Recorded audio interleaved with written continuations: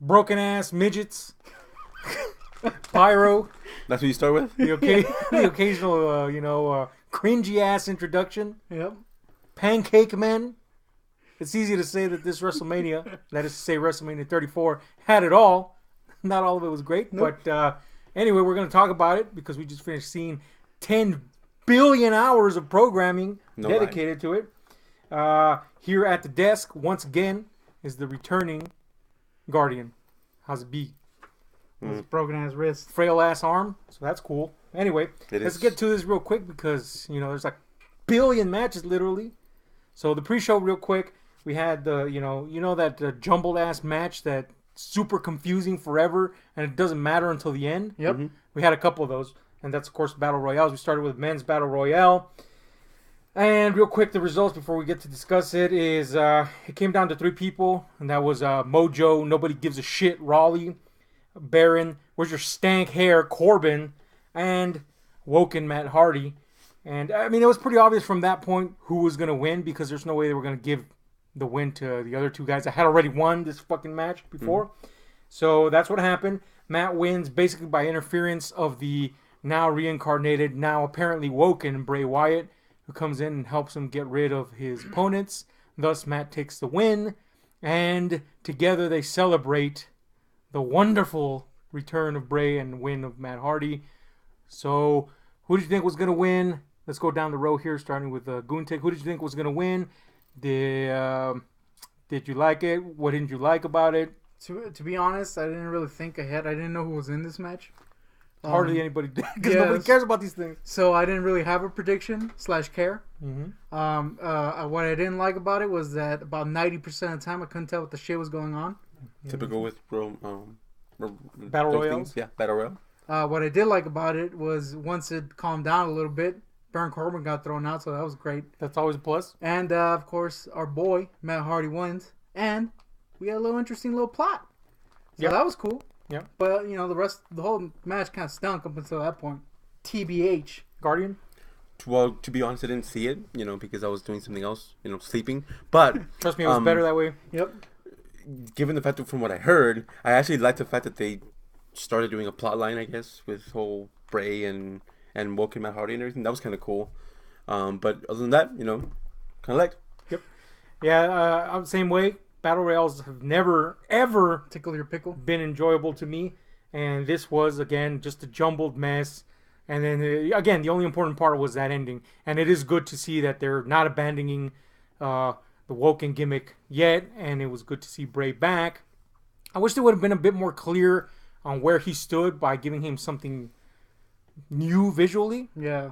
Other than, I guess, the apron. But, it was nice to see that and the crowd reception, by the way, was fantastic. I think they all understand that this is a new chance for Bray to do something. So that's good that they understand not only... I mean, of course, people that already knew about the Woken gimmick and the Broken gimmick understood that, but it was pretty much a big response to so that's good. So anyway, yeah, that about covers that bullshit. You gotta let him win a couple times now at least. Oh yeah, and the crappy mustard yellow trophy, so that's a thing. Yep. Yeah. Anyway, the next thing was the Cruiserweight Championship. Now, I think all of us can admit here that we haven't been keeping up with 205 Live. One, because it sucked before, and now that it's apparently cooler, we're just too far distance from it. Yeah, so it's like, I guess. But we do know that Cedric Alexander and Mustafa Ali are pretty cool cats, versatile in the ring. Did you even care about this match? I didn't know this match existed. So we'll skip you. To be honest. Just to see who the prefers. Yeah, okay, that covers it. And I know you were going for Mustafa Ali, right? Yeah, I actually like his in-ring abilities. Yeah. High flying, That's who I was going for too. And but it was cool because it was kind of like a friendly brawl between the two. Yeah. So yeah, I mean, I don't know about you guys, but despite having no investment in this, I was like, oh, this is a really good match. Yeah, it was actually pretty good. Yeah, everybody looked good. So that's really all we can say about it. The win went to Cedric Alexander after a lumbar check and the pin, and that was it. And I didn't mind that result, so, that's cool. Yeah. I do want to say Mustafa Ali's gear makes no sense because it has pecs and abs in the back. Yeah, what the fuck is that shit? As well as in the front. Maybe he put it on backwards or some shit. No, but he had pecs in front and back. And a fucking weird. six-pack. He's double pecked, I guess. And his entrance was really cool. Yeah, this was the first really cool entrance There was several cool entrances. Yeah, there was. We'll talk about that and see who's our favorite entrance and our least favorite entrance. I Anyway. think which one your favorite one was going to be? And next was the Women's Battle Royale.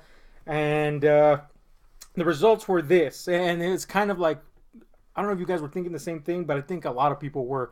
That it was going to boil down to Sasha and Bayley. And that's what they did. But then everybody forgot that Naomi hadn't been eliminated. Yeah. So that was kind of cool in the sense that we didn't expect that.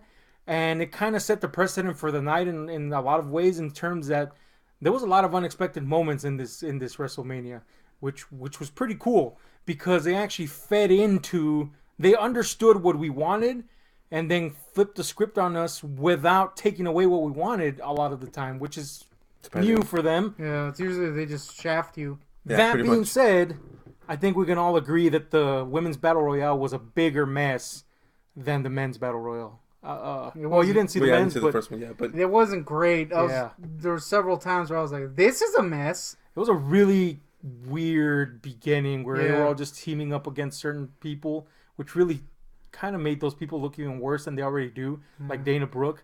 True. So that was weird, but it was really sloppy. Yeah. But it's a battle royale, so I guess.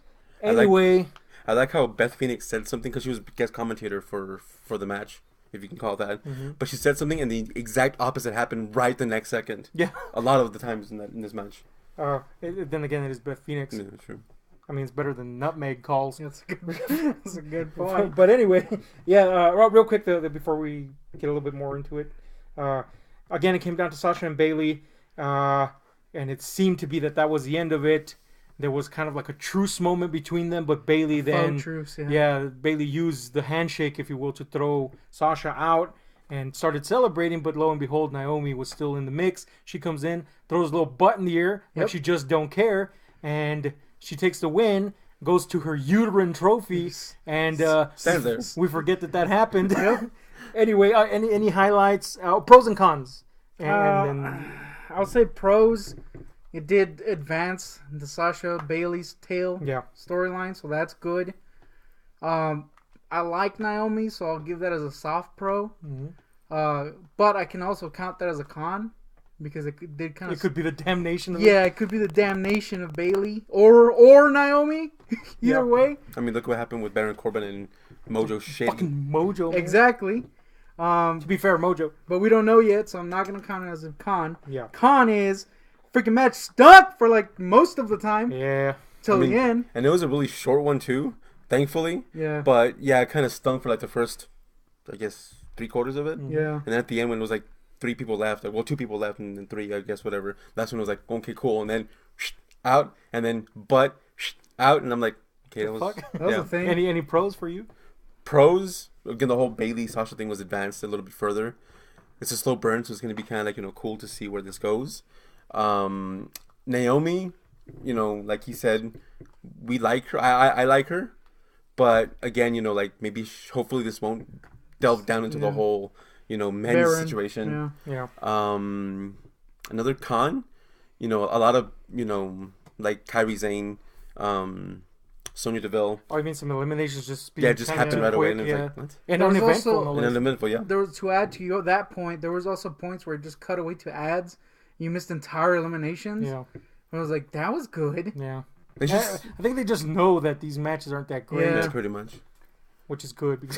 Same pros as you guys, except I'm going to add one, and that's that the Riot Squad actually was banding together and doing something. True. And they didn't look like complete wieners for a good while until they got eliminated uneventfully like everybody else. So that's a fucking thing. But yeah, same pros, same cons, whatever. It was okay. Anyway, the main event started. And I got to say, the way the first 2 matches went, I think it was the first 2 matches. I'm sorry, the first match went.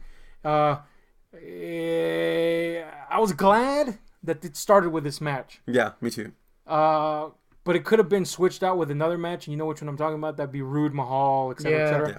Either way, I was glad that one of those matches was out of the way. Because, but let me, real quick, the results were, this is for the IC title, it was triple threat between Rollins, Balor, and Miz in this storyline that no one cares about it. Yeah, honestly, we just kind of forgot what the fuck was going on with it. We had to remind each other, even though they gave us a package. We spent like half the match trying to decide how the hell it started. Yeah. And then we still were kind of like, I guess it's how it started. Well, to be fair, you two spent half the match doing that. Me, I was just like, man, this is a thing. And it kind of has to. I mean, that really says a lot about this particular feud for us. Maybe we're biased. Maybe we're in the minority here, but we had zero interest in this feud. And I know this is the case with you, Guntik, and it's that Balor they managed to make him uninteresting because of this feud.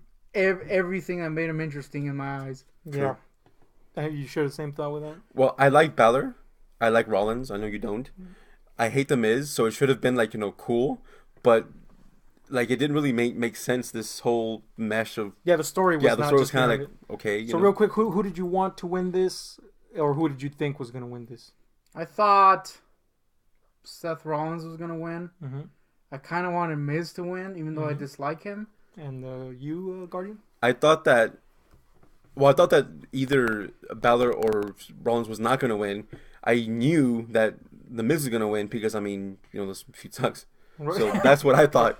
But yeah, I was kind of on the same boat as you. I knew quote unquote that The Miz was going to win, but I wanted Rollins to win because he's really been winning me over these last few matches, especially that 90-minute marathon and whatever. So but still zero investment for everybody. Yeah. Everybody pretty much. This was the ones we skipped when we watched the Hulu cast. Yeah, I went to go take a big old shit. But anyway, before we get into the bigger details, real quick. The shit was really big, is what you're saying. It was a big shit. The results were that Rollins ends up winning. Balor went in for a mean-ass coup de grace off the top rope towards Miz. And that got turned into a curb stomp by Seth Rollins off of fucking the Miz's back somehow. Somehow that fucking hurt him. And then he just curb stomped everybody else in the world and took the win, basically. So those were the results. Pros and cons. Hit it, Guntik. Pros, Seth Rollins won. Cons, I don't really remember much of this match. so that's a con. Another con, this feud stunk, so I had zero investment. The match itself was fine. Yeah. It was a fine match. It's one of those that was kind of hard to focus on because I have zero investment in it. So, honestly, I don't remember much other than the end. All right. Pros and cons, Guardian? Pros for me, match was better than I thought it was going to be. Good action in it. Seth Rollins won, I guess. That's kind of cool. Well, more importantly, The Miz lost. Cons, kind of a snack match style, essentially. Or crap match, or human waste match. But yeah, pretty much. That's all the cons I have. It was a solid match in my opinion. And I'm on the same boat, Good match, good workers, just zero interest in it. Surprising finish. Yeah. For the good. It was a good finish, and Rollins deserves it at this point. Not that he hasn't before, but they pushed him enough. And hopefully this means the end of this stupid fucking story that licks. Anyway, whatever. He's the new IC champion. So that's a fucking thing. Next was, this was weird. The placement on this one was weird, admittedly. Charlotte versus Asuka. Yeah, that was weird. For the SmackDown Women's Championship. This is, I was looking forward to this one quite a bit. I don't know about you guys. I'm an Asuka fan, and a Charlotte fan. So the big thing at stake here was that, of course, Charlotte has been the champ for a while now. She's been the champ before. She has the pedigree. She has the lineage and the legacy. Everybody loves her. She's a great face and a great heel, either way. And then on the other end of the spectrum, we have Asuka, who has an unbroken streak.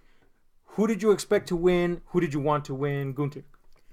I wanted Asuka to win, and I expected her to win because I thought they were going to extend the feud a little bit more to the SmackDown. Because we've already seen her kick ass in Raw. Yeah. I assumed they were going to extend it a little more. But in retrospect, it actually kind of makes sense to end it now. And Guardian, who did you want to win and who did you expect to win?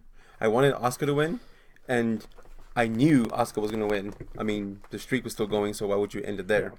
So I knew she was going to win. But I also had a prediction that I think you, that I thought that Carmelo was going to come in and cash it. Me too. Yeah. Didn't happen, thankfully. But, what about you? Yeah, same boat. I wanted Asuka to win, and I really honestly thought they were going to extend this streak a little more into the main roster a little more. On the plus side, that does mean they're acknowledging NXT a lot more than they used to. So that's a positive to take away from. And like Guntik, in retrospect, I see the benefit of keeping Charlotte on top. Not that it displeased me at the end, but before we get into the pros and cons, real quick, the finish was Charlotte locked Asuka in a figure 4, turned it into an 8, and Asuka tapped fairly quick. That was surprising, yeah. And it ended afterwards. Asuka showed mutual respect for Charlotte, and it was kind of a sweet moment, and everybody dug that shit. I dug it myself. Pros and cons, hit it. I think the pros was that, or a pro was that there was a respect end. Because I was shocked that Asuka lost, and I would kind of been a little bit, not mad, but a little sad if there wasn't something like that. Like if they didn't just, if they had just ended and would have been like kind of salty, that would have sucked. But the fact that they acknowledged that it was a big deal was good. So that's a big pro. Another pro is it was actually kind of a brutal match. I thought. Pretty good match in my eyes. Cons? I can't think of any. Maybe the fact that the John Cena thing kind of cut into their time a little bit, which we've been seeing a lot of in SmackDown. It's always with Charlotte matches too. Yeah, it's always like, which is not cool. I mean, fine, it set it up, but they could have done it one match later or something. Well, we'll discuss that right now. Cena thing. Pros and cons? I don't really have any cons. The pro, well, a lot of the pros I have for this is it wasn't a great match, but it was close to it. It was brutal. It was fast paced. It was story driven. It was the whole Empress versus the Queen. So that was kind of cool. Shock ending, I thought, and I was like, and the fact that she tapped so quickly, I was like, huh? And it's funny because like whenever something of that nature happens, we kind of stay quiet, all of us, and kind of like try to take in what we just saw. And that's what happened in this match. We were kind of just all quiet and like, that just happened? But not even looking at each other, just kind of looking at the screen in like dead silence. Yeah. So that was kind of cool.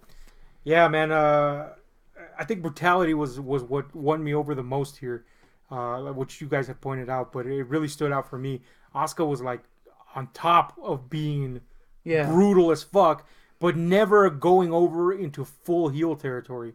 It was more like confidence. And the thing is that they played up Charlotte enough with a confidence angle too, where it really seemed like these two were going head to head. Yeah. And I really, really enjoyed that they made Asuka basically dominate the entire match with very rare interludes where Charlotte was taking control, so that it justified Charlotte's win a little bit more. Yeah. And it made it not so sour a defeat for Asuka for the viewers.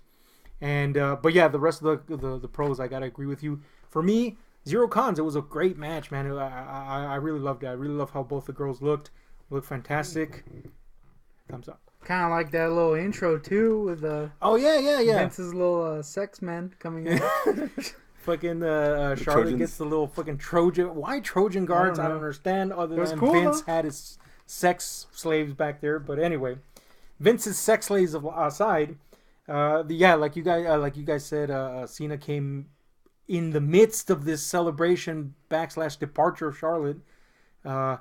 He is informed that the Undertaker has apparently showed up. He runs up the ramp, kind of interrupting the flow of things. Yes, which was odd. It wasn't bad. It was just like, what the fuck, really? At this particular moment, it couldn't have been during the first match. Yeah, it was weird that the referee, a referee came from the back down the ramp, in the kind of like in the background of the celebration, informs Cena of something. Then Cena gets all this stupid smile on his face and runs in the back and then runs up the ramp, and it's like, did you guys have like a back way to go? On the plus side, it did mean less cutaways to Cena. Yes, so which had been a problem up to this point. And you know, this is literally the second match. It was a problem in the pre-show. Yeah, we were just cutting to him constantly. Anyway, being a fan. Next came the Rude, Mahal, Orton, and Rusev four-way. And again, here I was like, I'm glad this is at the beginning, and especially after the Charlotte Asuka match, which put me in the right mood and the right mindset. So anyway, again, I think you guys share the same opinion, unless I'm wrong. this feud stinks. It's not good. But at the very least, to me anyway, it's memorable in the sense that it's such a stupid reason for a feud. And you know, it doesn't even make sense that Rusev's in there. I'm glad he was in there. But that's why it's memorable, because it's such a useless feud. And Orton is like, all right, dude, we get it. And Rude is like the worst babyface ever. It's not good. And nobody likes Mahal. I mean, I like him. Except but for us, yeah. Yeah, but anyway. Well, I appreciate him. And everybody loves Rusev, but it felt like, why is he in this? Yeah. I mean, we get why in the story, but it felt a little bit too soon. So, it was the 4-way for the U.S. Championship, which Orton holds. Who did you expect to win? Guntik. And who did you want to win? I kind of expected Rusev, but I knew it wasn't going to happen. Mm-hmm.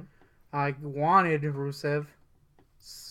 I was wrong. No, you wanted. But I wanted Rusev to win, and I kind of expected that they would pull the trigger on the Rusev experiment. Yeah. But it was very, very soon, so makes sense why they didn't. It definitely could have happened the way things were going. Who did you expect, and who did you want to win?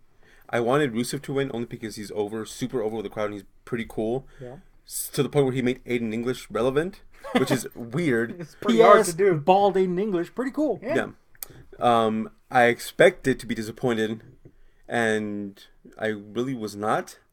But you know, we'll go more into that in the whole pros and cons thing. But yeah, pretty much, yeah. I predicted that Mahal was going to win, and my reasons were that they were going to use him to give eventually the title to Rusev. Yeah. And actually turn Rusev babyface. I hope that is the case. Because if Mahal won and it's just going to extend this Rude Orton shit, why? So I hope that's the case.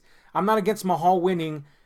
It's really unfair that he's being judged so harshly because he was really thrust into the limelight so quickly.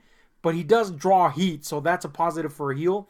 And this could be a good turn for him as a heel, and hopefully for Rusev as a stinking babyface that will eventually win it. So that's what ended up happening.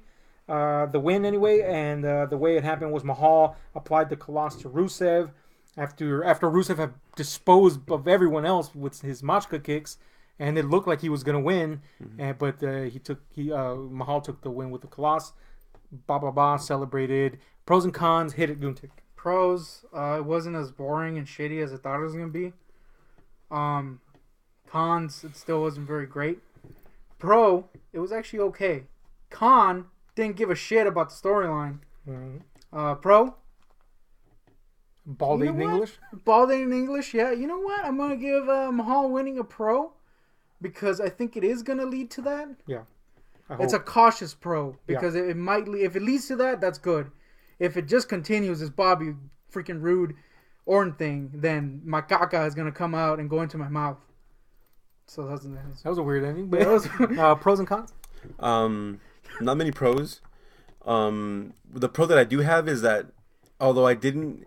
I expected to be disappointed, and it kind of was. But I'm glad that it was Mahal that got it, not those other two assholes. Because they kind of...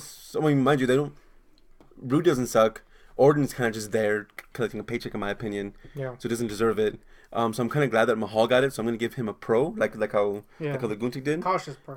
Well, not even a cautious pro, like an actual pro, because you know he's actually like a good heel. Gets a lot of heat. People hate him. Hopefully for the right reason this time, because he actually is a good character in my opinion, and I actually like him as that character. Con, as he said, storyline sucked.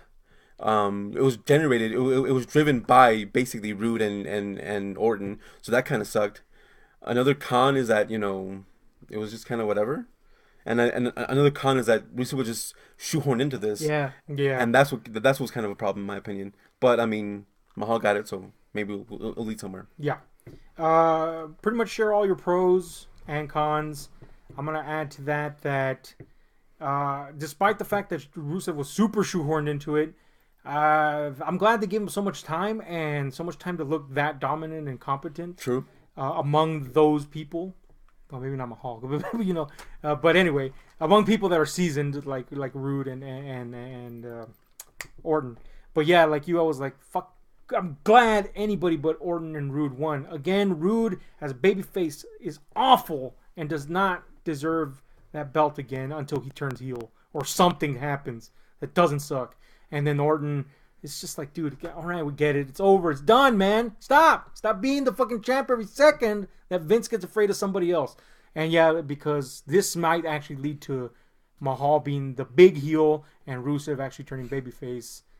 So all that. But anyway, basically the same thoughts. Those nips, though. Those nips are puffy as fuck. The mains also, though. Those pimples. Yep. Anyway, the next match was the mixed tag team match. There was so much hype, talk about, build up, doubt, everything that you could fear, think of. Fear, yeah. Everybody was either hoping for the best or expecting the worst or any combination thereof. It got a lot of mainstream attention. Everybody in the Superdome was behind the idea of seeing what was going to be. I know I was invested in this big time because if it wasn't going to satisfy, it had the potential to be like that fucking car crash. Complete train wreck. Like Goldberg, Lesnar. Yeah. Back in the day. So I'm going to get a little ahead of you guys from the structure that we've been doing so far just to say this. And that's that doubters got put to fucking rest, in my opinion. I don't know if you'll share that. Pretty badass, man. But fucking crap. WWE knew what the fuck they were holding back. And they were holding it back in spades. Because once Ronda Rousey... And they built that motherfucker up. Yeah, they did. They knew how to get that suspense wrenched up so fucking much that everybody in the crowd wanted Ronda not only to see how she would potentially fail or succeed, but to see her do what everybody's been wanting to happen to Stephanie McMahon forever. And then when she comes out the fucking gate, she doesn't just perform as some people that, weren't pro wrestlers before perform. She fucking earned her keep in like one match.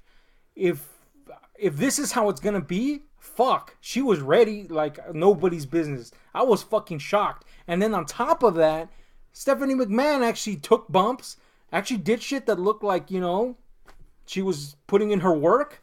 Didn't look just like, some chime it in for this particular one match type of shit. Played the heel up really well. But yeah, man, the shining thing here was Ronda shocking the fuck out of me. I think everybody in the audience. We'll do it this way. What was your reaction to Ronda in this? Yeah, I thought she was surprisingly good. She didn't really mess up. She messed up once, but that's understandable. Who cares? And again, her aggression kind of helped. Yeah. And yeah. Friggin', it was really good, really surprising. I actually agreed with endlessly repeating commentators, and they're saying that they were surprised by her because I was also surprised. And go. I was surprised at the non-trainment that we got. It was a cohesive story. It was suspenseful. It built up to the moment where Ronda Rousey came in the first time. Yeah. And she delivered instantly. There was a mistake, as you mentioned. I think she tried to do some move, and it kind of didn't really work out. Yeah. But she just pretty much pummeled Stephanie, so that was kind of cool. And then when you think about it, sorry to interrupt, but when you think about it, one mistake versus 100 botches in the normal match, the reason we noticed that mistake is because we were like focused on it. Yeah, we were focused on it. And the fact that was like the one standout, shocking. Anyway, sorry, go ahead. No, that's fine. And just going on that is that it was just shocking that, like how he said, Stephanie actually did some stuff, actually had wrestling moves in there, actually played up the heel really, really well. Trips is pretty much just going to be Trips all the time. Kurt Angle was kind of cool and everything. He's kind of like in the background and everything. It was more Ronda versus the McMahons, essentially. Yeah. And that was kind of cool. They really made it Ronda's show. They really did it. And they did it in the right way by playing up the heelish aspects of the McMahons are known for.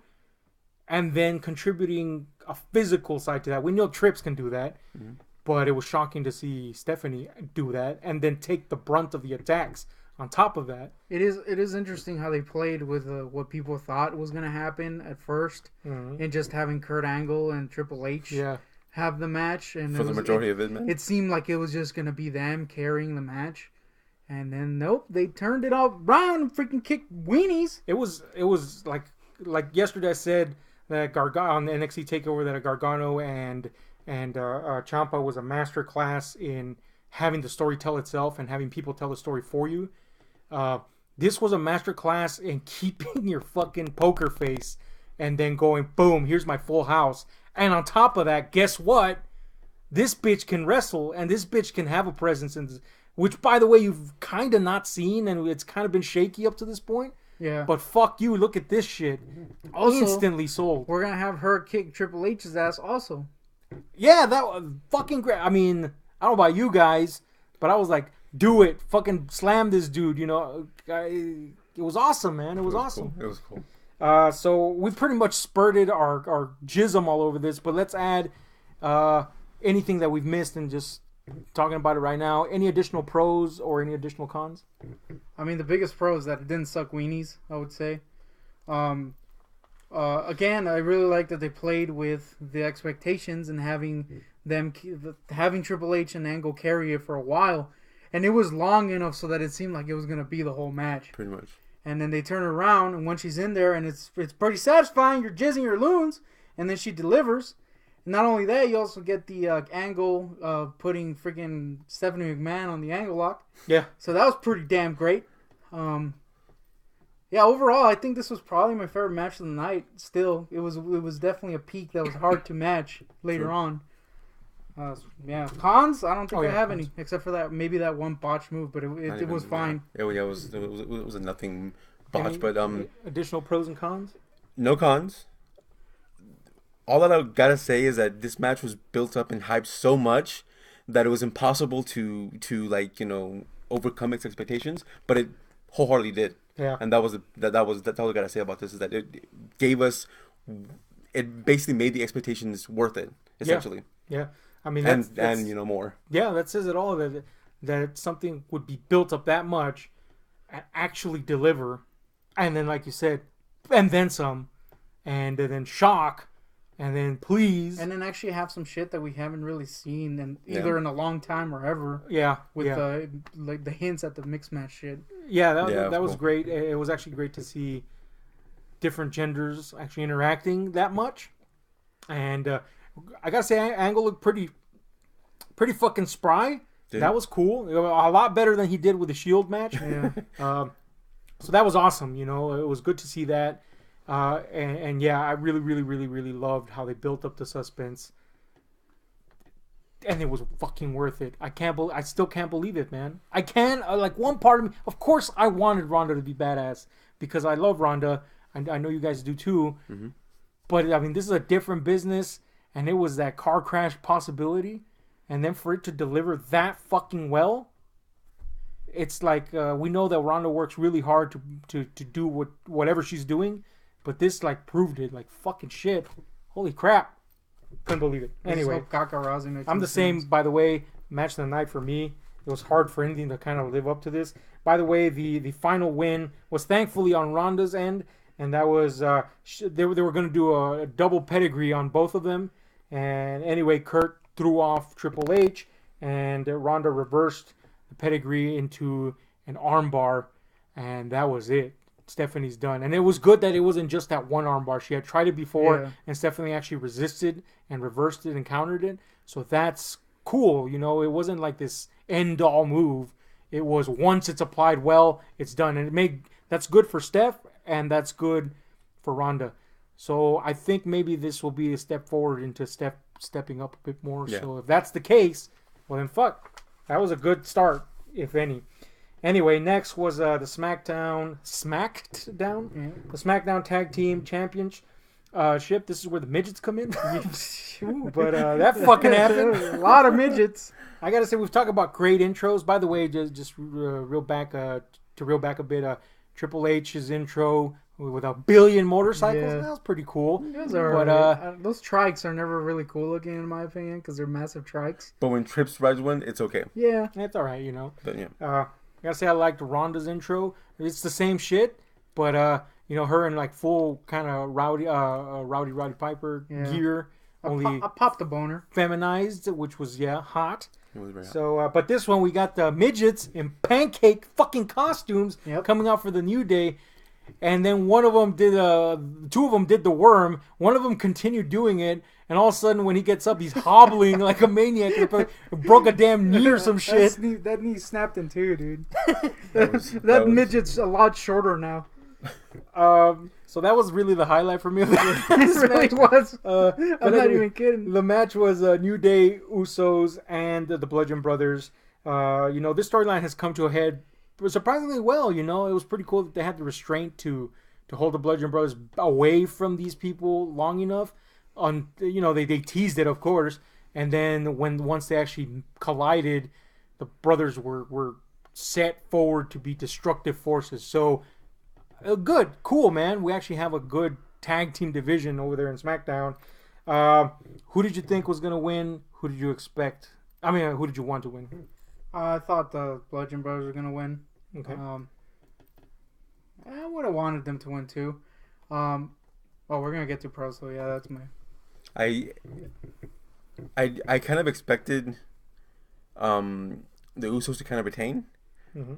I wanted New Day to get redemption from Xavier's broken freaking neck. Yeah. But it's kind of so. I wanted Usos to retain, and I expected the New Day to kind of come out on top. I was kind of the same. I was kind of the same as you. I didn't think they were going to pull the trigger that fast on the Bludgeon Brothers, but I expected that result as well. Retain, and it was going to be more like a last-ditch effort from the Usos and New Day combined to get rid of the Bludgeon Brothers because they're so destructive, which would have been cool.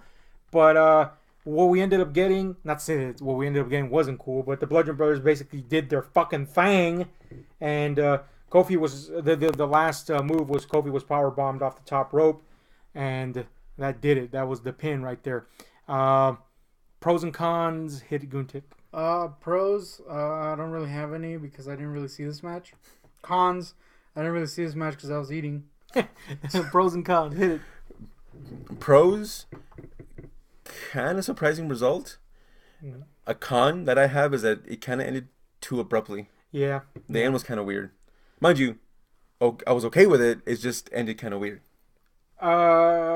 Pros for me was a midget got his leg broken. That's a big pro. So that's a fucking thing. That was a pro the rest of the night for you. Yeah, when I said the midget breaking his damn fucking leg being the highlight of this match for me, I kind of was not kidding because it was funny. It was hilarious. But two, the match was surprisingly fast, and then not much happened in it during that brief period of time. None of the tag teams got to really shine in a specific way that we know them that they can. But surprising, that the Bludgeon Brothers won that so quick, considering they're barely this thing has barely come to a head. Yeah.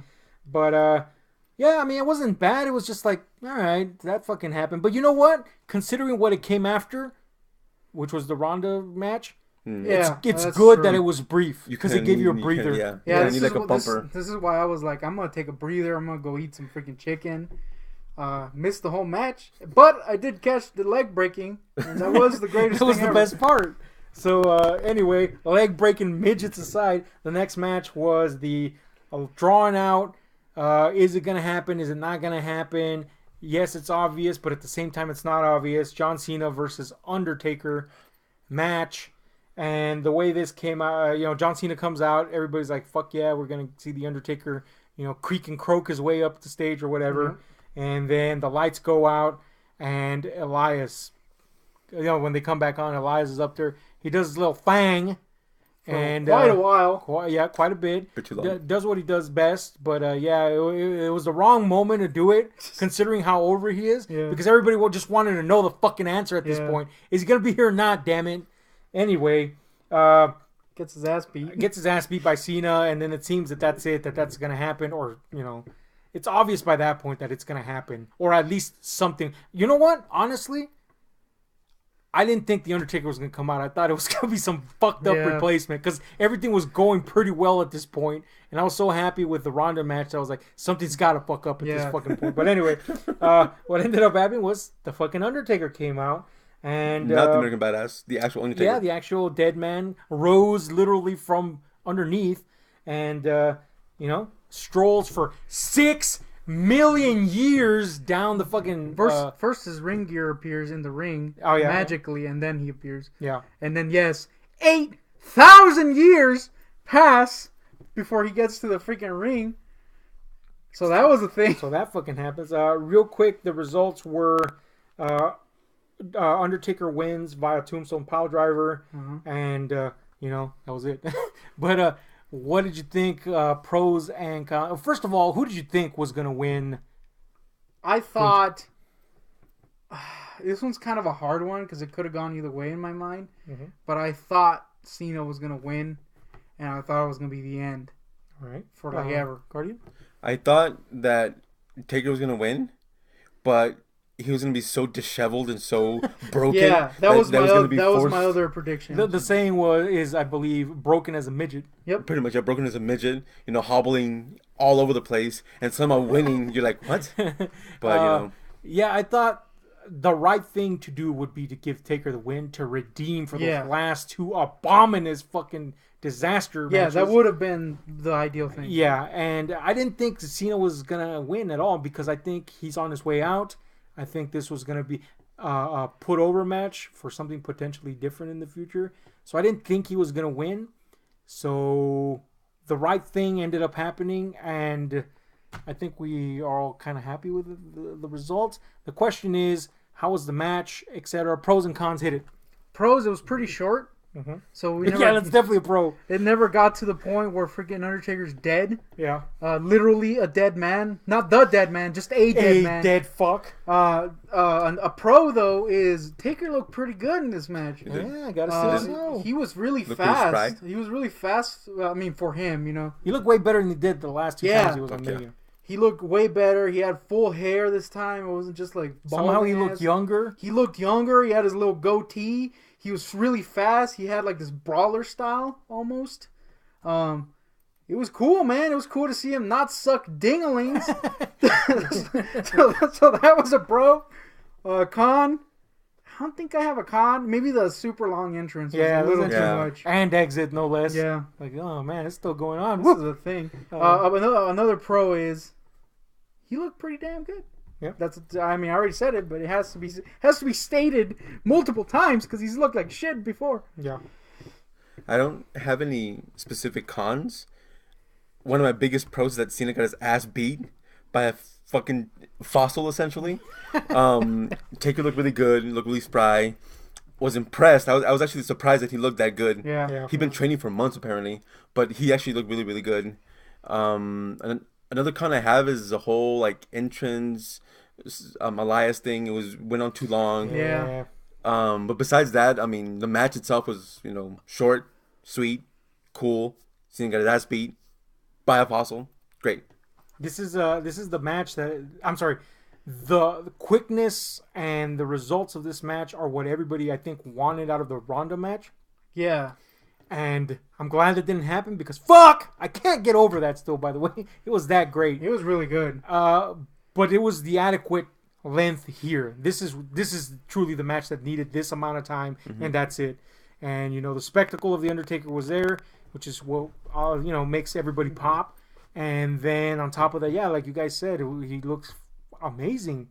It's been a long time since he looked that good. And then on top of that, didn't just look good, actually kept up with the match, actually did some spots that we didn't expect him to do. He was really aggressive. And it was believable. And that's a good point. The result, even though it's kind of a squash, was believable because of the whole theatrical aspect of it, the whole essence of him. And the way they've been building it up, too.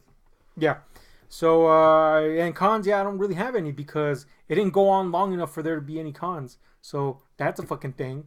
So, anyway, the con is didn't have any broken midget legs. Yeah. That's a big con. It needed that. Yeah. Oh, although I guess if we include the Elias part, I'd have to add that to the cons because it did go on too long. And considering how over Elias is, you really want to fucking piss people off at that point. But anyway, whatever.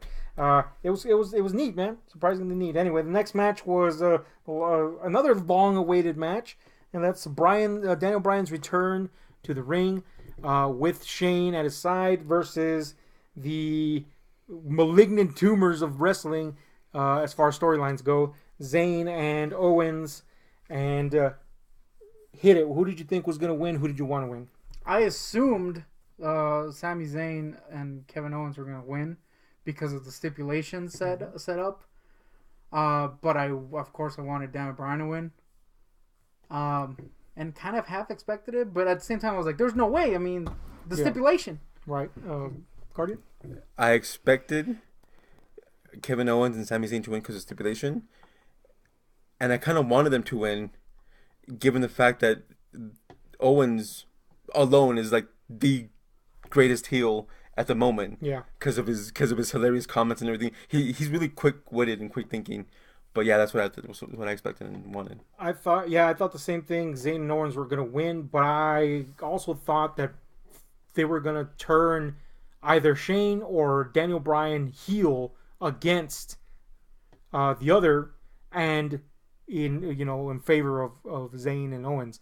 And I was leaning more towards they were going to turn Daniel Bryan heel against Shane McMahon so that Shane could go off, recover. Meanwhile, they run roughshod on the place. None of that happened. And surprisingly, the result was that Bryan won via yes lock to Zayn. And that was it. I was like, what the fuck? I think we were all like, what the fuck?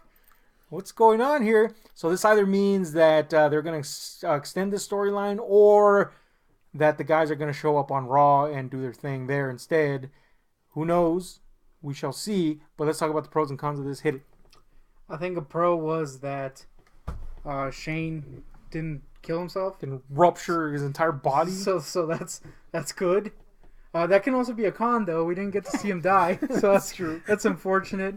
A pro is that they played with the hint that Daniel Bryan got hurt right away. I mean, it was obvious it was at work, but it was like, ooh, man, they're doing a thing, aren't they? It was a little uncertain for a while, but of course it came back to a massive pop. And I think another pro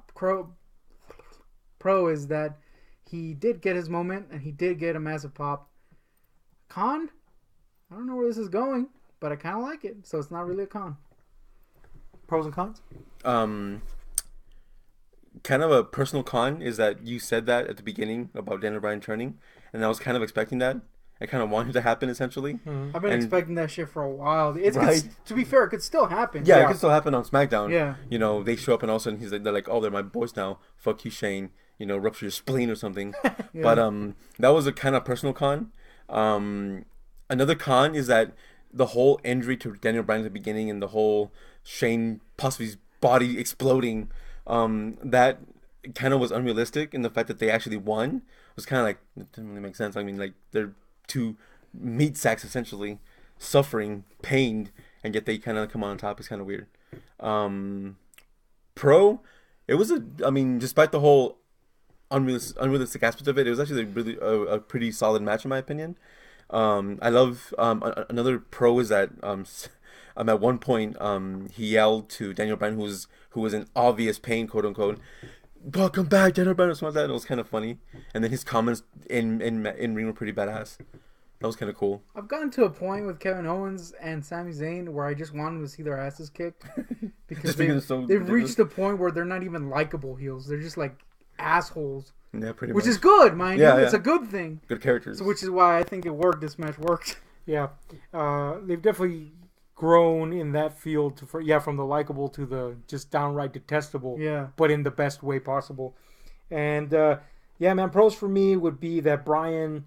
Let me start with this. Con for me would be that little angle they started with Zayn and Owens beating Bryan to the point where he's taken off.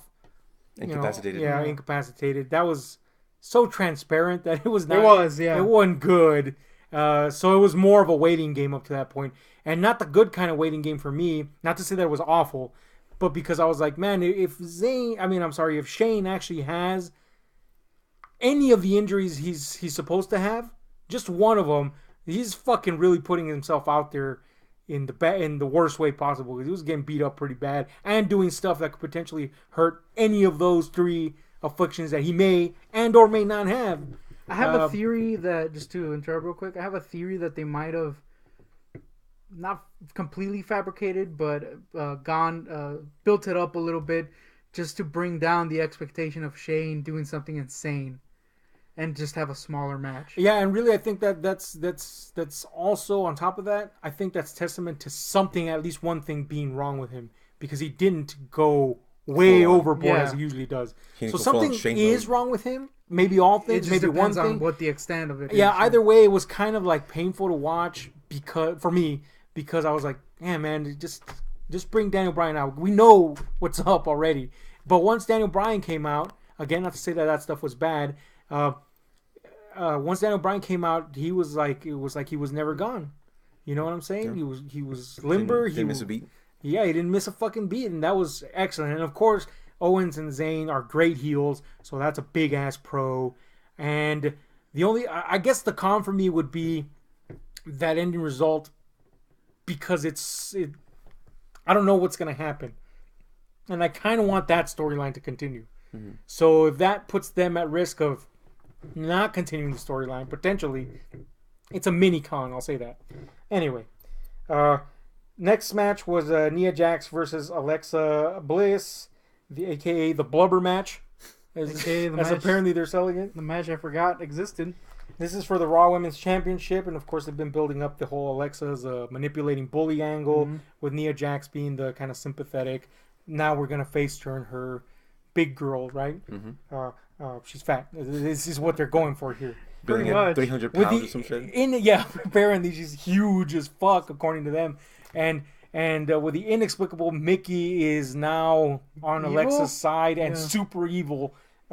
Which is weird, but whatever. It's been working. I mean, because it's kind of hard not to empathize with somebody being bullied, especially when we ourselves are giant piles of blubber. Yeah, and wear transparent suits. What the fuck was up with that fucking transparent ass suit? It wasn't great. Anyway, also Alexa's tan, most uneven tan of all time. That was weird. Her pits were whiter and freaking Aiden English. Yeah, and that's very white. Anyway, the results of this were that Nia Jax took the win with a Samoan drop off the top rope to her Alexa, and she is now the champ. Who did you expect to win, and who did you want to win? I kind of expected Nia to win, if I'm going to be honest with you. And shock here, because I'm an Alexa boy, I kind of wanted Nia to win. How about you, Guardian? I think I talked to you about it like a couple days or a few days ago. Mm-hmm. I expected Nia to win because I thought it was time. But I'm an Alexa boy, and unlike this betrayer over here, I wanted Alexa to win. Yeah, that's it. I wanted. I expected Nia Jax to. I'm sorry. I expected Alexa to actually retain for a little while longer, and I wanted Nia Jax to win. So I guess I kind of won in emotionally investment wise because Nia Jax won, and I didn't kind of expect that. But it is the time. It is the time for her to do it. So I'm glad that they didn't extend that like they want to do sometimes. Yeah. Because now is the time to give her that. She can only get more babyface at this point. So that's good. Anyway, let's talk about the pros and cons. Hit it, Goontek. Massive con, that bodysuit. Nia Jax. Now, I could get past the clearness of the bodysuit, but the gold accents in the bodysuit pissed me the shit off. Also, her tan stunk, like you previously mentioned, Alexa Bliss's. Distracting. A pro? I actually kind of liked the match, and again, they kind of paid off. Like this storyline for me was the one for her to lose the title in because she was being a big piece of shit, basically, and so it was kind of satisfying to be like, oh, cool. A person who has become likable in the past couple of weeks got the win, so that's good. Pros and cons. It's a pro. How you mentioned that it was Nia Jax's time, because typically with WWE in their inane fashion, they always like kind of prolong the ones that you don't want to prolong further, and I felt it was time for this to happen. I felt it was time for Nia to kind of get on top. I felt it was time for Alexa to lose the title. She's had it for quite some time now. I mean... Yeah, really long time. Alexa boy, but it was time for her to, I guess, give it up, I guess. Not give it up, but it's time for her to lose it. And this whole thing about Nia becoming sympathetic, in the last few weeks or whatever, that's kind of cool. So it was done at the right time to the right person. Yeah. In my opinion. It wasn't like some like old timer coming in or like Bailey or Sasha coming in like all shoehorned in and all of a sudden grabbing it. It's like, huh? Yeah, there was enough of a build for it to be like satisfying. So that was cool. Con, despite, bodysuit sucking and, what else do you say? The 10. Oh, the 10. Despite those non-storylines or non-issues, I guess. Oh, still pretty bad. I really have no cons, actually. It's kind of cool. Mickie James was eliminated immediately. She was stomped. Yeah, she got her shit pushed in, man. Hardcore. That was kind of cool. So it was just basically Alexa versus Nia. And it actually, like, Nia's a gigantic beast in the best possible way that I can say. Beast. So there's absolutely no way that a pixie like Alexa Bliss can actually match up against her. But the action in the match was actually pretty cool. Yeah. It was believable. Getting focusing on a limb that wasn't the entire match like most times it is. So that was kind of cool. And I like the storytelling aspect of it, where it wasn't like a high action match, but it was like a storytelling match. Where it's like, I like how she told her, "I loved you at once," and then she powerbombed her off the ceiling essentially. Yeah. That was cool. So no specific cons, a lot of pros. Good match, good result. Yeah, share all the cons, share all the pros. Bodysuit, especially the bodysuit one, but. Yeah, man. Well, it's good to go from no ventilation to like massive ventilation. Yeah, that's kind of cool. I mean, it'll stink less. Yeah. But yeah, a pro for me that you guys haven't mentioned is Mickie James changed outfits. Yeah, thankfully. That's a good point. That fucking Battle Royale outfit sucked my ass. But she looks super smoking hot. I like Mickie James. You all know this. In my defense, the Battle Royale was like over in like a second. I immediately forgot about it. So yeah. But anyways, that's a fair defense. No, but yeah, I really, really liked how they made Nia look so powerful, like insanely powerful. Not only with Mickie, but with Alexa. Yet so vulnerable. And yet so vulnerable. And then on top of that, I really, really liked that while Alexa started first being incredibly scared of her because, of how much of a force she is, an indomitable force, if you will, that eventually they actually gave her a means to come up with a tactic to take her down and then actually apply moves to her. Like you said, not just focusing on the one weakness, but actually go whole hog and do a variety of moves. And so that was good, man. They so rarely fucking do that. Yeah. And to see it done and see it done well, so that it pays off in the end, that Nia Jax doesn't just come off as super powerful and impossible to beat. You actually got that moment where it was like, oh man, they may actually keep the strap there, and that didn't happen. So yeah, no cons. It was a good match. Next was AJ versus Shinsuke, and this was of course one of the matches everybody was looking forward to. The dream match, as they've tagged it all along, and the first time these two encountered each other in the WWE universe. Of course, not before, but whatever. Who did you expect to win, and who did you want to win? Hit it, tick of goons. I kind of expected AJ to win, if I'm going to be honest with you. Mm-hmm. And I kind of wanted AJ to win because he's your boy. I have a freaking gay love for him. You want to 69 him? I have a tattoo of him on my doodle. And Guardian, who did you want to win, and who did you expect to win? I wanted both of them to win, so that's, kind of cool. Cop out? Cop out. But I expected Shinsuke to kind of come on top. Mm-hmm. So I was kind of in the same boat. I thought this is honestly what I thought, and I thought they had built the babyface character. I don't know if you guys. I'm sure you noticed, but in wrestling they build a babyface up to the point where they become proud and vain and egotistic, and then that's their downfall. And I thought that they had reached that with AJ because they were playing with that, but at the same time they were playing with the same thing with Shinsuke. So it could have gone either way, but I really thought that they were going to do that switcheroo there and humble AJ again, so to speak. But so I thought Shinsuke was going to win, and I kind of wanted him to win, but I'm kind of like you. Either way, it would have been okay. So the actual result was that Shinsuke goes in for a Kinshasa, which is reversed into, or countered, I should say, into a Styles Clash, and AJ takes the win. Side note, after that, they show a demonstration of respect to each other, which, you even called it sort of melodramatic, but it all turned out to be for a reason, in the sense that Shinsuke kneels down and hands over the title to AJ, showing not only respect, but, adulation, I guess.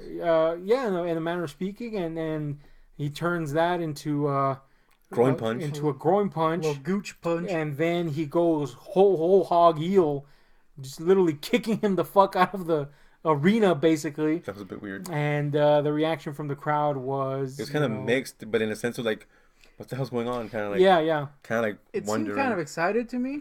There seemed to be a pretty good amount of cheers. But yeah, it was mixed. Yeah. So, pros and cons, hit it. Cons, I don't think it lived up to what I had in my head. It was a little slow in the beginning. Pro, it did pick up. And I thought the end was really interesting. And that's pretty much it. Pros and cons? Kind of like how you said, a con. It was like technically it was one of the best matches of the night, but it didn't live up to expectations. Like I expected like a Gargano versus Almas a little bit more than that. But that's what I expected.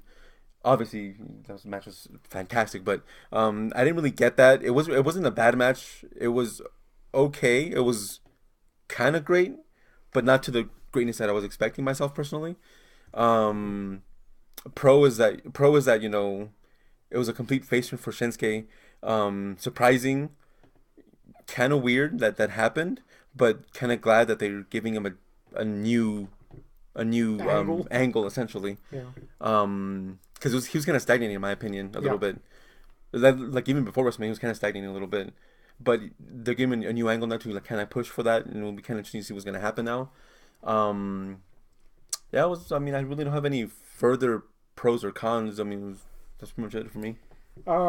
Pro for me was, like you said, that now he has something new to play with. Yeah. I would have preferred he win in a heelish way and have something new to play with that way. Mm-hmm. But I'll take this because, like you said, his gimmick, or rather not his gimmick, but his storylines were going nowhere. And it was really only the fact that he was going to fight AJ that was keeping us going a little on his outside. That being said, con for me, the match was kind of dull. It was pretty dull. And for me, it never really picked up. We saw them do spots that we know them to do, but it never felt like a big cohesive storyline they were telling. It just felt like we're going from this to this now, and that's what's going to happen. This fell really flat for me. And considering they've encountered each other before and done fantastic, this was nowhere close to a 5-star match, which I'm sure everybody was expecting. Yeah, this is not even close to a 2-star match for me. When watching this, I couldn't help but think of Finn Balor, AJ, where everybody's gonna be sucking its weenie. Yeah, that's exactly what I was gonna say. I'm just gonna be like, it was a match. This was far for me. This was and you're exactly right. This was far more of a dud for me than that. At least Finn Balor and AJ, they actually engaged in combat in a way that kept me there and made sense. This was like, are you guys ever gonna actually start, working with each other here? Not that they weren't working with each other. It just never felt like it picked up off the ground. Yeah. Ever. And like how he said, it did kind of pick up, but by that point it was kind of like, you expected more, so it didn't really pick up essentially. To be honest, the fact it picked up was more an illusion because of what happened storyline wise at the end. That got me interested. It was like, okay, cool, he's gonna be evil now.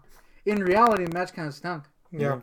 I will say another pro is Shinsuke's entrance. It's pretty cool. Yeah. So that's no midgets, but it was cool. Just breaking their anuses or something. Pro for me was that he went that far in his heelish nature at that particular moment. That's a big pro. Yeah. But yeah, man, not great. Yeah, not the greatest match of the night. In retrospect, kind of a good idea. This didn't end the night. Yeah. Yes. Very, very, very good idea. This didn't end the night. So that was kind of like a weird moment because everybody expected it to be good and fantastic. But people are gonna say that it was the best thing ever. That it's 10 stars instead of 5. I do want to point out that the crowd didn't seem into it at all either. That is kind of weird. Yeah, it was really I didn't quiet. Know, it was really quiet. Yeah, it was odd. Let's say that. Yeah, disappointing. Yeah, disappointing definitely. Next match was The Bar versus The Bar, aka that tag team that's good, but then they don't look good because all the other tag teams on Raw fucking stink and or are not getting the right push. You know that guy? Mm-hmm. Or those guys? Those guys. Versus Braun, /Brains, apparently, Strowman, and his mystery partner. Now, I said at one point that Braun better either have the most ridiculous fucking partner on the planet or he should win the titles by himself. And it turns out that we got a combination of that. Because the only thing that would have been better was if a midget came out and broke his knee, and that was his that would have put it over, yeah, big time. But basically, what ended up happening was that everybody was expecting like Hogan or something like that, but what we actually ended up getting was Braun finding the wimpiest looking fucking kid in the audience that looked kind of like a girl at one point, yeah, and picking that particular person, Nicholas, the kid, and basically using that as a loophole to get the titles for himself, which is what should have happened because I think you guys agree with me. Braun is at that level of cartoonish where this is acceptable. Yeah. It's an acceptable option and it fucking works. And when something clicks that well, that's so ridiculous, you go with it. You go with it. And so I think that's great. But the result was that Braun ended up winning the whole shebang. After he didn't even really dominate. The Bar had their licks in there, but in the end, he's Braun, and he did what he did, and it was a fairly quick match, and he ended up taking it like we expected he would. Mm-hmm. And of course, it was a nice little celebration. Pros, cons, we all knew Braun was gonna win, so let's skip that. Pros, cons. Pros. It was a fun match, and it kept the lightness that it should have. You know what I mean? Like it was just dumb, and they knew it. Yeah. Another pro. It was actually kind of sweet with the little kid and shit. Except for that part where he like super screams at him to get in the ring. Despite the fact that the kid was clearly terrified. The entire time. It was kind of sweet. Despite the fact that kid is gonna have to go to therapy, and it's gonna cost a lot of money. Anyway. And have open heart surgery tomorrow, like right now. Yeah. But another pro is the tag in to the kid. Yeah. That was funny. Con, we didn't get a midget as his partner. That's the only con. Pros and cons? I'm gonna add a expectation, because I think it's kind of funny. What I expected to happen was Braun comes out, and then and they're like, and his tag team partner is, and there's like a couple seconds of like nothing, and then all of a sudden like a big name like The Rock or Stone Cold comes out, and then they say, and his partner is those hands, and then he's just by himself. Didn't happen, but like how you say and everything, a pro is that it was ridiculous enough that it was like dumb and stupid, but cool in the sense that it happened to Braun Strowman. Yeah. I say he's to the point where like nothing can actually make him stupider, but better essentially. Like he's actually like to the point where if he does anything, it'll be cool and funny. Like I am a huge fan of Braun Strowman and his character. I think he's hilarious and his delivery is pretty awesome. Like he knows how to play with that character really, really well. No really cons for me, except for the whole midget, anus breaking thing. Apparently it's moved up from leg to anus. Pretty soon give me his fucking mouth or some shit. Why is the midget in this match all of a sudden? Because it needs to be. He wasn't in this match. That's the con. I mean, there was a midget in the kid, but I mean, it's a kid, so it doesn't really count. Yeah. It has to be a full-on 1,000-year-old midget that broke his body. But other than that, cool. I guess we expected him to take it, and he did essentially. Like the fact that he didn't fully dominate. They got their licks in and everything. They did their thing, and they it was kind of like maybe no yeah he won. Can we talk about the entrance? Yeah, I was about to mention that in my cons. So cons, that fucking entrance fucking lit. First of all, I realize this is like a thing in parades in general and in New Orleans and shit like that. But what the fuck was that stupid float shit? And second, why was it riddled with big-headed freaks? That was weird. Straight out of hell. And yeah, the most obese jesters ever. That was terrible entrance. It made no sense with the Bar. No. Absolutely not. It would have made more sense with Braun, oddly enough. Yeah, pretty much. It fucking stunk. Anyway, pro, yeah, how ridiculous this thing is. Con, it's a future con, potentially. I'll say that potentially because I really don't know, obviously, since I don't work there. And it's that, where does this put the tag team division? Yeah, exactly. That's true. Kind of going on that point, it's like the tag team division on Raw at one point was like so badass. I remember telling you one time, like, damn, the tag team division on Raw is fucking cool. And you're like, yeah, it's badass and everything. It went from that to having one gigantic cartoon character win the tag team titles with some and everybody being okay with it. And they're being fine with it, yeah. Yeah. Dead Thoughts is an actual team that exists. So that's fucking weird. I don't know where that's gonna go. So it's a potential con, and on the plus side, it also a potential pro. He's gonna beat the shit out of fucking Titus, aka Tetas. So that's cool. AKA the turd that WWE has. Another pro is this was a pretty short match, which is good. It didn't need to go on longer than it did. Yeah. And another pro, it was kind of funny. And kind of fun. People in the crowd. In fact, the majority of the jokes and the jocular shit in this, it all kind of hit stride just right with the audience. To the point where there was like raucous laughter in unison throughout the fucking thing when there was intended to be laughter. So that's pretty cool. When the terrified kid gets tagged in, everyone like yells, cheers from him and everything. That's kind of like, That was another pro for me, by the way. How terrified that fucking kid was. But I bet you that kid is, one, either going to have nightmares for the entire remainder of his life, or two, is going to be like, fuck, that was me and that was cool. Yeah, he's definitely having something's going on right now. Like they're giving him swag or some shit. Oh yeah, he's getting swag. To meeting all the stars and everything backstage, getting, I don't know, never. Touching Alexa Bliss's butt. Yeah. And then Nia Jax is like, what the fuck? Anyway. I'm not like most girls. Yes. The last and final match was Reigns versus Lesnar. This was for the was a thing. This was for the Universal Championship. Before we continue, this is a lose situation for me completely and totally. But go ahead. Okay. The results were surprising to say the least. Yeah. Who did you expect to win? Who did you want to win? Roman clearly was going to win in my mind. Who I wanted to win, no one. But if I had to choose someone, freaking Brock. Guardian? I would have bet like my 2 months' wages that Reigns was going to win. But what I wanted to win, what I wanted to happen was a meteor crashes in the middle of the ring and destroying everything. That's what I wanted to happen. But go ahead. Yeah, like you guys, and I think the whole fucking world collectively, nay, universe, including God himself, was like, oh, yeah, clearly Roman Reigns is going to win because this endless fucking tirade and campaign to make him like God on for all dimensions simultaneously is like, it's apparently like the thing. But it didn't happen. No. And the guy, and I actually...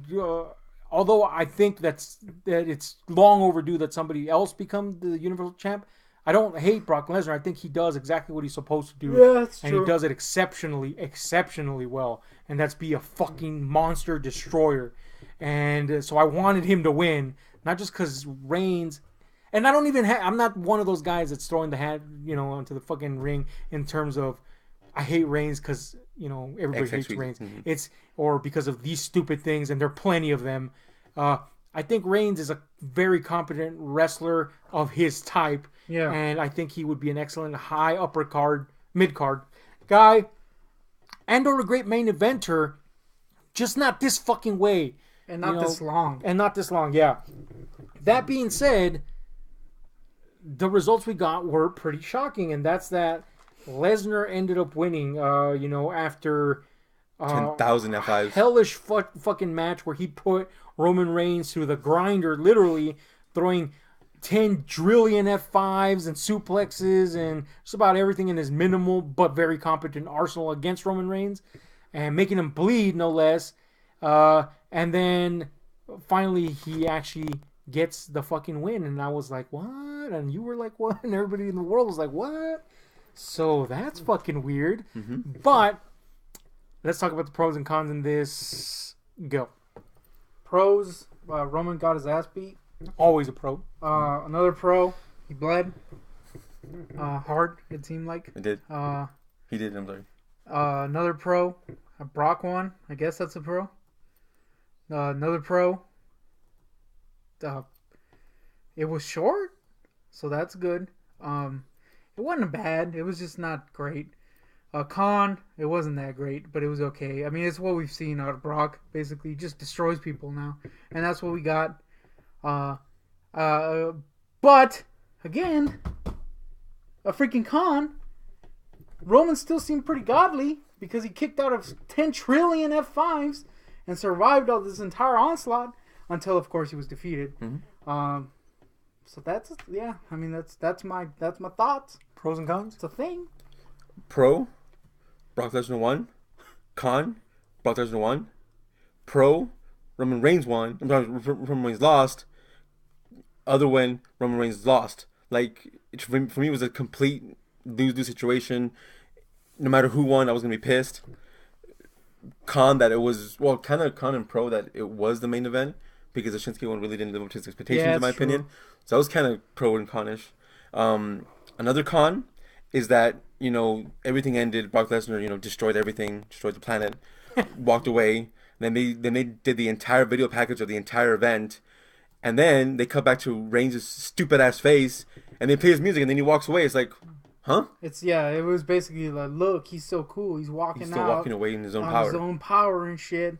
I'll throw in another pro. It was shocking. Yeah, that's my pro. Also, was a complete shock. I was like, huh? It shocked the system. That just happened. It shocked the system. I don't know how the thing go. Oh. But yes, go ahead. Yeah, that happened. Yeah, man. Pro for me was one. I actually really liked this match. And one thing I'll give Reigns is that when coupled with the right person, in this case Lesnar, despite the fact that you're like tearing your hair out at how he could survive so much, you're still like at the end. At least me personally, I feel like I watched something worthy of where it's been placed at the very least, and that's me. Despite not liking the guy all that much as a character. So I really thought the match was cool. I thought it was good. I thought it was action-packed. And Big Con was, how the fuck did he survive all that shit? But on the plus side to that, we got to see some motherfuckers really put their bodies on the line big time for their art, quote-unquote. And pro, and tables, they don't be breaking real quick. No shit. The fuck? Not even Brock could break them. That's weird, fucking weird. Yeah, because normally those tables are meant to be broken. I mean, styrofoam. That's what you have to do. I mean, you build those things up so they can break easily. They don't break them this time. Yeah, it was weird, man. It took a few shots to actually finally get one to break. Con, those German commentators were like clearly pissed off at what Brock did, which he threw part of the table onto them. They were clearly pissed, and they the camera swept away from them, but Con kept. Con. Apparently, fucking Carl Montalban was in this bitch. Brock Lesnar kept staring at them with that death glare of his. So that's fucking cool. Pro and con, the blood. Pro because it's been a while. We've seen it a little bit more consistently now, and it has its place. So that's good. But most of the time it happens accidentally. So yeah. But this was intentional, and that's where the con part comes in. Con because it had to be Roman that got the fucking... they got the blessing. And just like it had to be Randy Orton. You expect these people to get that break. Yeah. Whereas everybody else gets fucking fined and shit. Like if they actually... Like if someone else said, they'll be fined and suspended or whatever. Yeah. These fucks do it. It's like, it's fine. It was like the time he clearly had the blood pack. Yeah. Or the time they let Brock blade. It's always like, why are you letting these people do it? I mean, we know why. It's such a transparent move. Like, let's have this dude bleed and seem badass. Yeah, and that falls into the con territory too. Because not only is it because it's these people, it's because it clearly is a move. Is that move. Which goes back to what you said, coming back to him as he walks up the ramp, gets his music. Why? Because it's a move to make you like him. Yeah. And that sucks. That's a big con for me. Yeah. But the match itself, I thought was pretty fucking cool. Very entertaining. I like to see Brock Lesnar do his thing. I'll be honest with you. I like to see him do his thing. I don't care who he does it to. As long as it's destroying people. Yeah, I even like it. Yeah. I mean, that's just what he does, and he does it well. I didn't like that. Here's big fucking con, and you mentioned this, and that was that it took 10 zillion, that's right, a new number, fucking F5s to destroy Roman Reigns, but it took one to destroy Braun Strowman. That fucking sucks. Yeah, like that pisses me off. And it wasn't even like a weak kick out, it was like a strong kick out every time. Every fucking time. Like, stunk. Like, when the second one hit, I was like, okay, he's gonna kick out of this one. Then, like, the fifth one hit, I'm like, he can't kick out of this. What? And I'm thinking, like, how? But yeah, it kind of pissed me off. It was an unrealistic. Yeah. It was unrealistic. It was completely unrealistic. I didn't believe that those kickouts were like legitimate. If that was an actual whatever. Yeah. But no. So that's the whole breadth and scope of this fucking event. Overall, I gotta say I was pretty surprised that it was this good. Again, it's not gonna match NXT Takeover, but you got to see these things through a completely different lens. Yeah.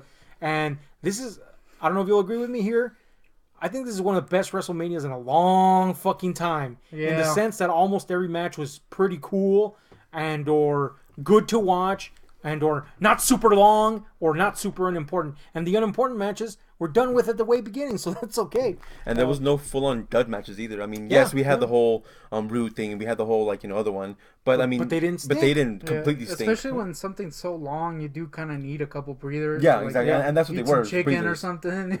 That's another thing. It was very well. The matches were very well placed. Yeah. It seemed baffling at first, like why is Asuka and Charlotte here? Why is why is Ronda Rousey here? But it was good. Yeah, in retrospect, it was kind of like it's kind of cool and everything. It let you enjoy the event much more. Mm-hmm. And it made it go by real quick. Yeah, like it was like a fucking 5-hour fucking event, but it didn't seem that way. It seemed really really cool. I enjoyed it. I thought it was very very very very fun, not to the level of NXT, New Orleans Takeover. That was bad fucking. But this event was really really cool overall. I really enjoyed it. Match of the night. I still gotta go with the Ronda Rousey. Match of the night. Same. Badass. Yep. The straight fucking election of that match because it fucking kicked ass. Honorable mention: Asuka versus Charlotte. That was cool. Yeah, I think if I had to pick a second one, that would be it. You know which one wasn't mine? Freaking AJ Shinsuke. Yeah, that was definitely not great. But least favorite match of the night. AJ Shinsuke because of how good it should have been. I think mine would be probably the Seth Rollins Miz. And that was kind of because I severely am not interested in what's going on in that storyline. Like I How say, about you? Well, the same ways because you have Finn Balor who's a bona fide badass, Seth Rollins who's been a bona fide badass up until this point, and you didn't really care if they won. That's kind of speaks volumes. Bad sign. And not because the match sucked, but because the story sucked. Favorite intro? I mean, favorite entrance? Oh, I kind of have to go with Charlotte's. I really liked it. How about you? There weren't many like jaw-dropping ones, but I kind of like the Triple H Stephanie one. It's kind of cool. I'm gonna have to go with Ronda Rousey's because it was simple, it was direct, it said all it had to say, and then on top of that, fuck yeah, it was worthy of the entrance. One that was not worth it, the fucking float thing.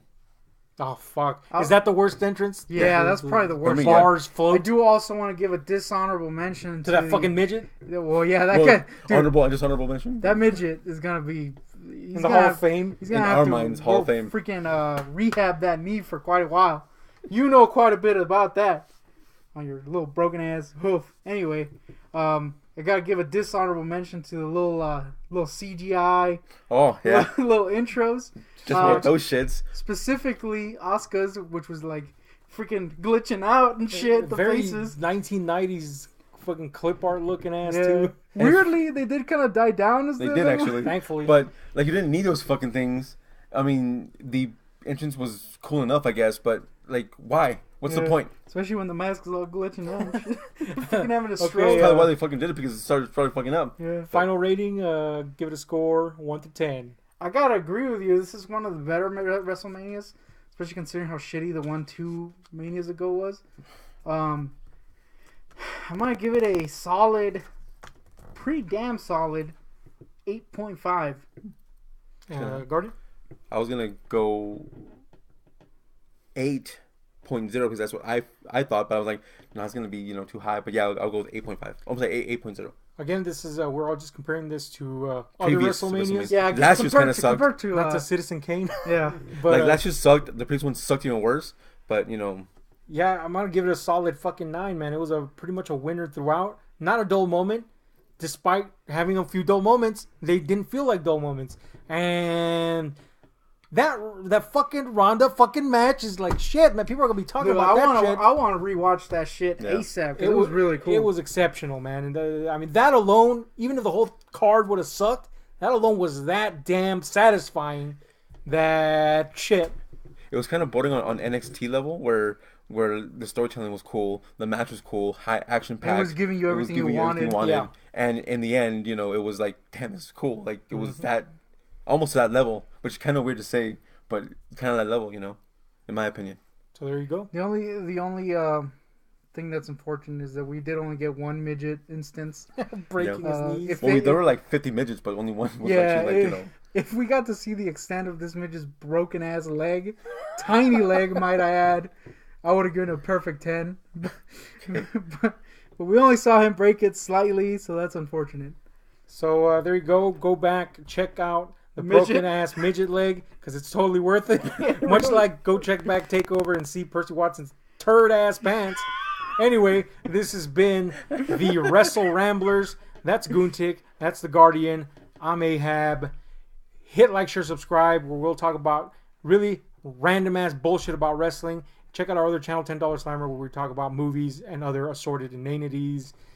We're out of here.